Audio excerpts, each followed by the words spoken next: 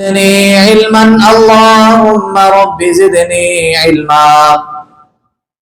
قال الله عز وجل في القرآن المجيد والفرقان الحميد: أعوذ بالله السميع العليم من الشيطان الرجيم.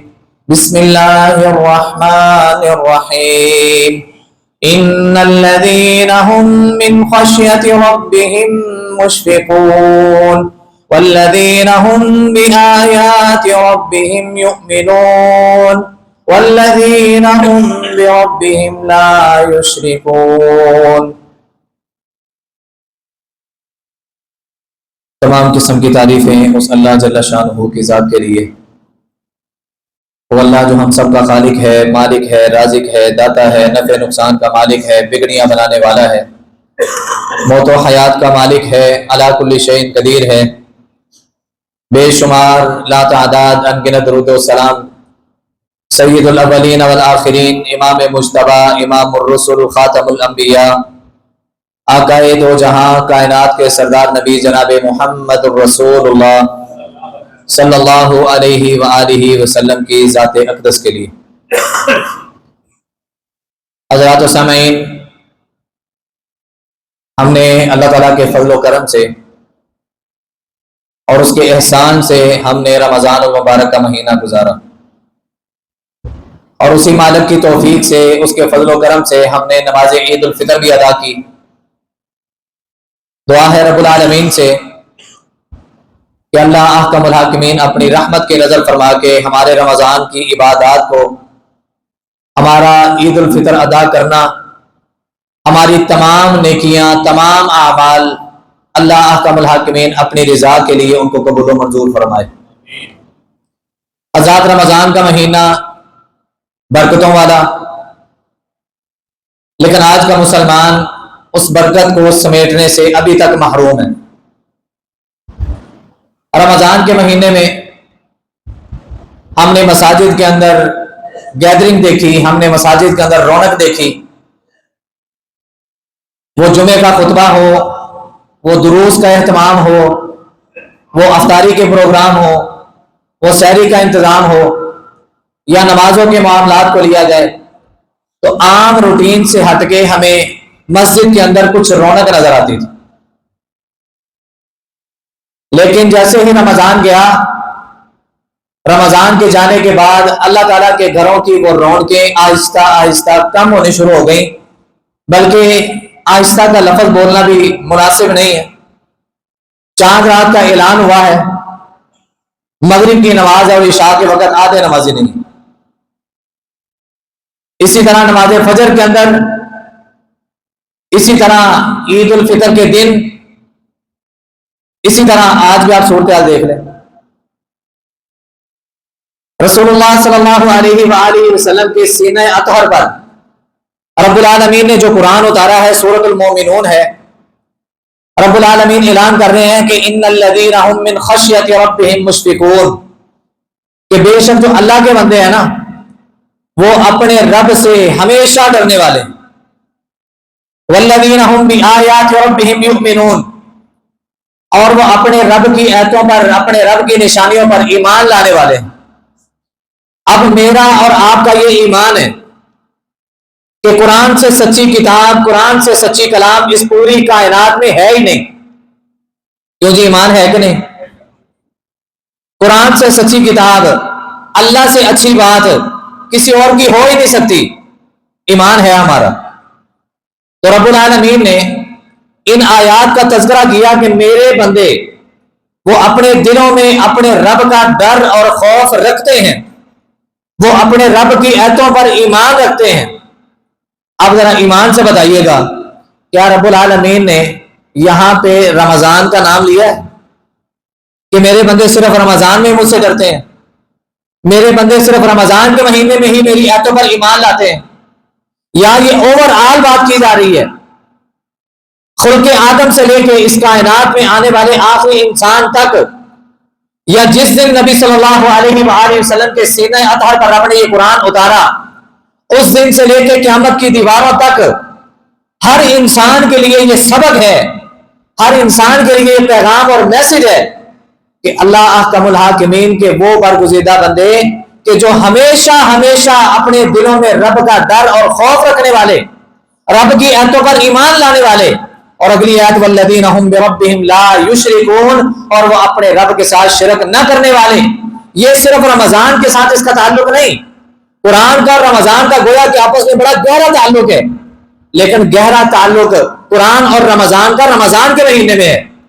اس کے علاوہ مومن بندے کا تعلق قرآن کے ساتھ، مومن بندے کا تعلق رب العالمین کے ساتھ، مومن بندے کا تعلق اپنے ایمان کے ساتھ پورے 12 مہینے۔ رمضان تو آیا تھا تربیت کرنے کے لیے، رمضان آیا تھا ہمیں سیدھا راستہ دکھانے کے لیے، ہم بھٹک چکے تھے، ہمیں سیدھی راہ دکھانے کے لیے، ہماری رہنمائی کرنے کے لیے۔ تو ہم نے کیا سیکھا؟ ہمیں تو چاہیے تھا کہ رمضان کے گزر جانے کے بعد ہم رمضان سے سبق آموز ہو کر ہم مساجد میں مزید رونقوں کا اضافہ بنتے۔ ہم نے مساجد کی رونق کو کم کر دیا۔ رسول اللہ صلی اللہ علیہ وآلہ وسلم کی پیاری بیوی اما جی عائشہ رضی اللہ تعالی عنہا، اللہ ان کی قبر پر کروڑہا رحمت نازل فرمائے، وہ بیان کرتی ہیں کان احب الدین الیہ ما دوام علیہ صاحبہ۔ بخاری اور مسلم کی روایت ہے، نبی صلی اللہ علیہ وآلہ وسلم کوئی بھی عمل، وہ عمل چھوٹا ہوتا یا عمل بڑا ہوتا، نبی صلی اللہ علیہ وآلہ وسلم ایک کام کو اگر شروع کر لیتے تو نبی صلی اللہ علیہ وسلم اس پر دوام کرتے۔ دوام کیا ہے؟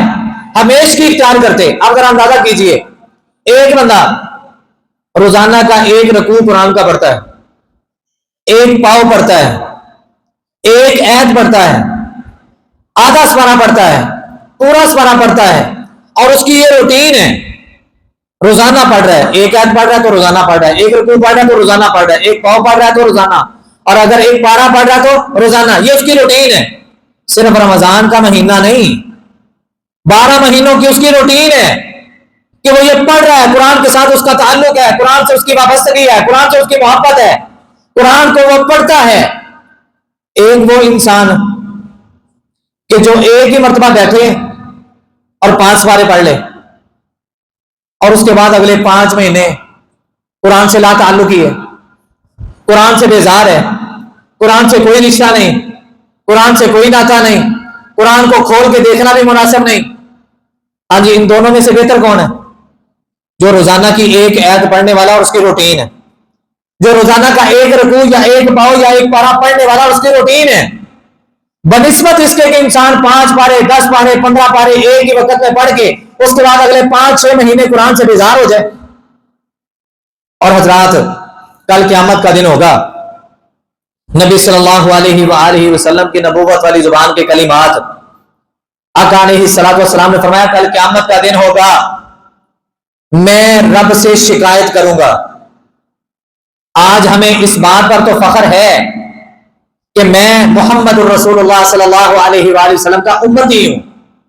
آج مجھے اس بات پر تو ناز ہوتا ہے کہ کل قیامت کا دن ہوگا، آدم علیہ السلام سے لے کے تھوڑی سی آواز بتاؤ، آدم علیہ السلام سے لے کے اس کائنات میں آنے والے آخری انسان تک پوری خلقت موجود ہوگی، لیکن اس دن کوئی رب کا سامنا کرنے کی جرت نہیں کرے گا۔ ہمیں اس بات پر تو ناز ہے، ہمیں اس بات پر تو فخر ہوتا ہے کہ اس دن بھی رب کی عدالت میں اگر کوئی جائیں گے، رب کی عدالت میں اگر کسی کو سفارش کا حق ملے گا، رب سے وہاں پہ بات کرنے کی اگر کوئی جرت کرے گا رب کی توفیق سے، رب کی رحمت سے، تو وہ الحمدللہ ہمارے نبی محمد الرسول اللہ صلی اللہ علیہ وسلم ہے۔ نبی صلی اللہ علیہ وسلم رب کی عدالت میں جائیں گے، سجدہ ریز ہوں گے، رب کی تسبیحات، تحمیدات، تحلیلات، تکبیرات کے جملے اپنی زبان سے ادا کریں گے، اور وہ جملے جو اس سے پہلے رب نے نبی صلی اللہ علیہ وسلم کو نہیں سکھائے اسی دن القاء کیا جائے گا۔ اور نبی صلی اللہ علیہ وسلم فرماتے ہیں کہ میں رب کی تسبیحات کروں گا، رب العالمین کی رحمت جوش میں آئے گی، حکم ہو گیا محمد صلی اللہ علیہ وسلم اپنے سر کو اٹھائیے اور سوال کیجئے، جو مانگیں گے آپ کو ملے گا۔ نبی صلی اللہ علیہ وسلم کہیں گے اللہ میری امت، آج سوا نیزے پر سورج ہے، تانبے کی زمین ہے، ننگے بدن ہے، لوگ گھٹنوں تک، لوگ ٹخنوں تک، لوگ ناف تک، لوگ اپنی گردنوں تک، اور کئی لوگ اپنے گناہوں کی وجہ سے اپنے ہی پسینوں کے اندر غوطے کھا رہے ہوں گے، پریشانی کا عالم ہے۔ بڑی دردناک کیفیت ہے. اس دن میرا اور آپ کا اگر یہ ایمان ہے نا، اور ہم اس بات پر خوش ہوتے ہیں کہ نبی صلی اللہ علیہ وسلم سفارش کریں گے، حضرات وہاں پہ دوسرا پہلو میں سامنے رکھیں. اسی دن ہی نبی صلی اللہ علیہ وآلہ وسلم جس نبوت والی زبان سے اپنی اس امت کے لیے سفارش کے کلمات ادا کریں گے نا، اسی نبوت والی زبان سے اپنی اس امت کی شکایت بھی رب کے سامنے لگائیں گے. شکایت کیا لگائیں گے؟ اے اللہ میری امت کے لوگوں نے قرآن کو چھوڑ دیا، میری امت کے لوگوں نے قرآن کو چھوڑ دیا تھا. حضرات یہ قرآن کو چھوڑنا، قرآن کو پڑھنا، یہ دونوں چیزیں الگ الگ ہیں. مقام کتنا ہے، مرتبہ کتنا ہے، لیول کتنا ہے، ہم نے کئی مرتبہ سن لیا ہے. بات کو سمجھانے کے لیے اشارتاً بات کرتا ہوں. نبی صلی اللہ علیہ وسلم نے فرمایا بندے نے قرآن کو حفظ کیا، حافظ قرآن بن گیا، دنیا کی نظر میں اس کی ذات، اس کا حسب و نسب، اس کا کنبہ قبیلہ، اس کا خاندان، اس کی قومیت، اس کی برادری، اس کی کاسٹ، اس کی ذات بڑی گھٹیا ہے، لیکن اس کے سینے میں کیا ہے؟ سارے بولیں، جنہوں نے قرآن محبت ہے بولے ذرا. اس کے سینے میں کیا تھا؟ قرآن. اس کے سینے میں قرآن محفوظ کرنے والی ذات کون ہے؟ اللہ. اللہ کا انعام ہوا، اس کے سینے میں رب نے قرآن کو سیو کر دیا، محفوظ کر دیا، یہ حافظ قرآن ہو گیا. ایک وقت آیا کہ رب العالمین نے اس حافظ قرآن کو امامت اور مصلی رسول عطا کر دیا. مصلی رسول عطا کر دیا، یہ دنیا کی بات کر رہا ہوں. مصلی رسول ملا. ابھی دنیا کے اندر رب اس کو کیسے شرف سے نوازنے لگا ہے اندازہ کیجئے. نبی صلی اللہ علیہ وآلہ وسلم نے فرمایا انما جعل الامام لیؤتم بہ، امام اس لیے بنایا جاتا ہے تاکہ تم اس کی اقتداء کرو، اس کی پیروی کرو. امام کس لیے بنایا جاتا ہے؟ توجہ ہے نا. امام کس لیے بنایا جاتا ہے؟ تاکہ تم اس کی پیروی کرو، اقتداء کرو. حضرات یہ قرآن سے تعلق کی بات کر رہا ہوں. اب یہ امام جو ہماری نظر میں کنبہ قبیلہ خاندان حسب و نسب اور شکل و صورت کے اعتبار سے کوئی اتنا عظیم نہیں، بڑے لو لیول کا ہے، لو طبقے کا ہے، لیکن قرآن حفظ کیا، سینے کے اندر اس کو محفوظ کیا، رب نے دنیا کے اندر اس کو ایک لیول عطا کر دیا. یہ مصلی رسول پہ آ گیا. اب نبوت والی زبان کے کلمات اسی بچے کے لیے کیا ہیں؟ اس ایمان کے لیے کیا ہیں؟ فرمایا امام اس لیے بنایا گیا ہے تاکہ تم اس کی اقتداء کرو، اس کی پیروی کرو، اس کے پیچھے پیچھے چلو. فَإِذَا كَبَّرَ فَكَبِّرُوا، وہ تکبیر کہہ لے پھر تکبیر کہو. وَإِذَا رَكَعَ، جب وہ رکوع کر لے فَارْكَعُوا، پھر رکوع کرو. وَإِذَا سَجَدَ، جب وہ سجدہ کر لے پھر تم سجدہ کرو. پیچھے پیچھے رہنے کا حکم ہے، اس کی اقتداء، اس کی پیروی کرنے کا حکم ہے. اور ساتھ اسی حدیث کے کلمات کو نوٹ کیجئے گا. نبی صلی اللہ علیہ وآلہ وسلم نے فرمایا اگر تم لوگوں نے امام کی اقتداء نہ کی، اگر تم لوگوں نے امام کی مخالفت کی، امام سے پہلے رکوع کرنے کی کوشش کی، رکوع سے سر اٹھانے کی کوشش کی، امام سے پہلے سجدہ کرنے کی کوشش کی، یا سجدے سے سر اٹھانے کی کوشش کی، یا امام سے پہلے نماز کا کوئی بھی رکن ادا کرنے کی کوشش کی، اللہ احکم الحاکمین امام کی مخالفت میں ناراض ہوتے ہوئے اللہ تمہارے سر کو گدھے کا سر بنا سکتا ہے. اب یہ ابھی دنیا کا معاملہ ہے. تو رب نے عزتیں عطا کر دی کس کی وجہ سے؟ کس کی وجہ سے؟ اچھا ہوں قرآن پڑھنے سے فائدہ ہے کہ چھڈنے سے فائدہ؟ قرآن پڑھنے پڑھانے میں فائدہ ہے، یا قرآن سے لا تعلقی، قرآن سے بیزاری، قرآن سے رشتہ ختم، ناتا ختم، یہ چیز فائدے والی ہے؟ قرآن سے رشتہ جوڑنا، قرآن کو پڑھنا، قرآن کو پڑھانا، قرآن کو سیکھنا، قرآن کو سکھانا، یہ انسان کو دنیا آخرت میں عظمتیں عطا کرتے ہیں. اب یہ انسان اس قرآن کی تعلیمات پر عمل کر رہے ہیں، مصلی پر تو اس کو اعزاز مل گیا. فرمایا جو امام سے پہلے کوئی بھی رکن ادا کرنے کی کوشش کرے گا رب اس کا سر گدھے کا بنا دے گا. یہ دنیا ہے. اور دنیا کے اندر مصر کے اندر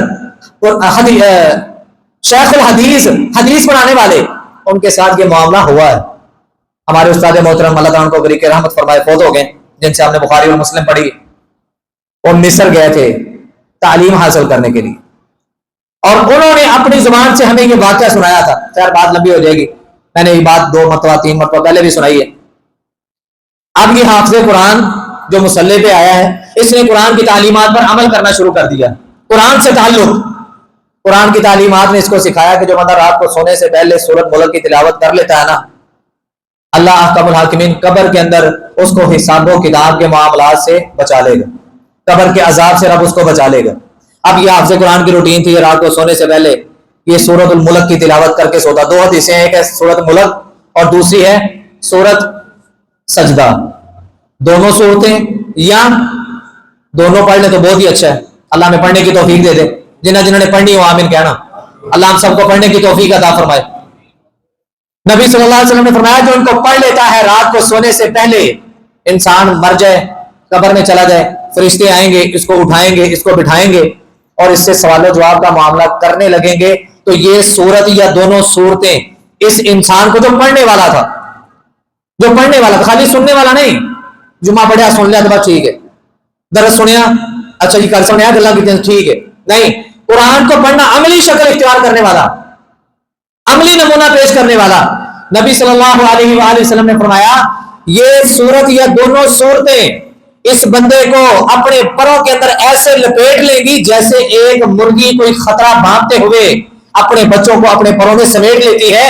یہ صورتیں اس پڑھنے والے کو اپنے اندر سمیٹ لیں گی, فرشتوں سے جھگڑا کریں گی, مکالمہ کریں گی اور کہیں گی ہم رب کے قرآن کی سچی صورتیں ہیں, لہذا یہ ہمیں پڑھنے والا تھا, اس کو تنگ نہ کرو, ہم نے حساب و کتاب نہیں لینے دینا. یہ فرشتے جائیں گے اللہ کے پاس, اللہ سے بات کریں گے, اللہ کہیں گے ٹھیک ہے, افرشوا لہ فراش الجنہ البسوا لہ لباس الجنہ افتحوا لہ ابوابا الی الجنہ, جنت کی کھڑکیاں کھول دو, جنت کے دروازے کھول دو, جنت کا اوڑھنا بچھونا نصیب کر دو, جنت کی بہاریں اس کو عطا کر دو اور اس کو کہو نم, سو جا آرام کے ساتھ, سکون کے ساتھ, بلا خوف و خطر, کوئی پریشانی نہیں, تیرا رب تجھ سے راضی ہو گیا. دنیا میں بھی عزت مل گئی, قبر کے اندر جاتے بھی پروٹوکول مل گیا. اب دیکھیں ایک وقت آنا ہے, میرا اور آپ کا یہ ایمان ہے, ہم اللہ معاف کرے کو ابو جہل جیسے تو ہے نہیں. ابو جہل اس کے ہاتھ میں ایک بوسیدہ ہڈی آئی تھی, ہڈی, اور ہڈی اتنی بوسیدہ کہ اس کو پکڑ کے اگر کسی چیز کے ساتھ ٹھوکر ماری جائے نا تو وہ ہڈی کا بورا بن کے گر رہا تھا. اتنی بوسیدہ ہڈی, اتنی پرانی ہڈی, اور ابو جہل اس ہڈی کو پکڑ کے کہہ رہا ہے اب اس ہڈی کو کون پیدا کرے گا, اس ہڈی کو دوبارہ کون زندہ کرے گا, اس ہڈی پر دوبارہ گوشت کون چڑھائے گا.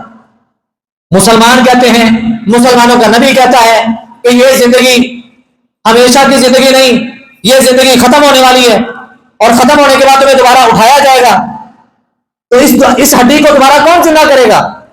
نبی صلی اللہ علیہ وآلہ وسلم کو رب العالمین نے وحی کر دی اور فرمایا میرے محمد, پیار سے کہہ دیں یار صلی اللہ علیہ وآلہ وسلم, ابو جہل خبیث النفس بد نصیب انسان وہ اس طرح کی بکواسات کر رہا ہے اور لوگوں کے ایمانوں پر ڈاکہ ڈالنے کی کوشش کر رہا ہے. اے میرے نبی صلی اللہ علیہ وسلم قل, آپ ذرا اپنی نبوت والی زبان کو حرکت دیجئے, آپ ارشاد فرمائیے, آپ کہہ دیجئے قل یحییھا الذی انشأھا اول مرہ.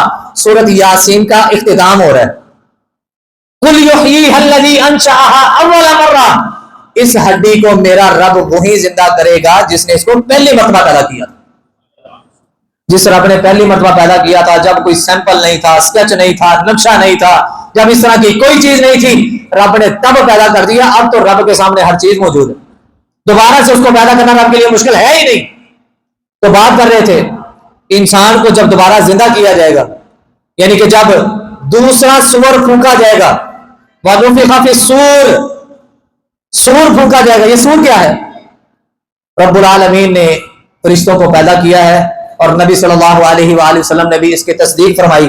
آقا علیہ الصلوۃ والسلام فرماتے ہیں جب میں معراج پہ گیا میں نے ایک فرشتے کو دیکھا, اس نے سینگ نما, جیسے گائے بیل ان کے بڑے بڑے سینگ ہوتے ہیں نا, ایسی سینگ نما ایک چیز, ایک آلہ اس فرشتے نے اپنے منہ کے ساتھ لگایا ہوا ہے اور وہ اسی انتظار میں کھڑا ہے. نبی صلی اللہ علیہ وسلم نے پوچھا جبریل یہ کیا معاملہ ہے؟ تو جبرائیل علیہ الصلوۃ والسلام نے ایکسپلین کرتے ہوئے, وضاحت کرتے ہوئے نبی صلی اللہ علیہ وسلم کو فرمایا کہ اللہ کے نبی صلی اللہ علیہ وسلم یہ وہ فرشتہ ہے جو سور پھونکنے والا ہے. سور کیا ہے؟ پھونک ہے, پھونک, جس طرح ہم دم کرتے ہوئے پھونک مارتے ہیں نا, یہ ایک فرشتے کی پھونک ہے.